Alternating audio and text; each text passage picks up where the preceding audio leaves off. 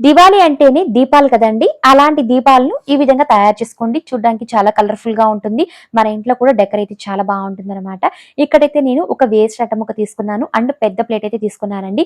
ఇప్పుడు దీనికంటే చిన్న ప్లేట్ తీసుకునే విధంగా చిన్న ప్లేటో లేదా బౌల్ తీసుకునే విధంగా మిడిల్‌లో అయితే సెట్ చేసి లైన్స్ అయితే వేసుకుంటున్నాను. ఇప్పుడు కేవలం బయట ఉన్న లైన్స్ మాత్రం కట్ చేసుకొని తీసుకోవాలండి. ఇక్కడైతే నేను స్కెచ్ పెన్ తీసుకొని దీపం షేప్‌లో డ్రాయింగ్ అయితే వేసుకుంటున్నానండి. వేసుకున్న తర్వాత ఇప్పుడు మనం ఇక్కడ చూపించిన విధంగా కట్ చేసుకోవాలండి. కేవలం ఎడ్జెస్‌లో మాత్రం కట్ చేసుకోవాలన్నమాట.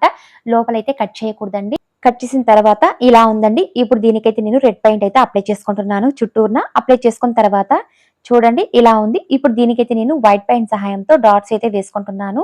ఇయర్ బడ్ తీసుకునే విధంగా డాట్స్ అయితే సెట్ చేసుకుంటున్నానండి చుట్టూరున. గోల్డ్ పెయింట్ అయితే తీసుకునే విధంగా దీపానికైతే షేప్ ఇచ్చుకుంటున్నానండి. దీన్ని మరింత అందంగా చూడడానికి విధంగా నేనైతే మిర్రర్స్ అయితే సెట్ చేసి దీనికి కూడా ఈ విధంగా డ్రాయింగ్ అయితే వేసుకుంటున్నానండి. చూడండి చాలా చక్కగా ఈ విధంగా యెల్లో పెయింట్‌తో ఆకు షేప్‌లో అయితే వేసుకుంటున్నాను చుట్టూన.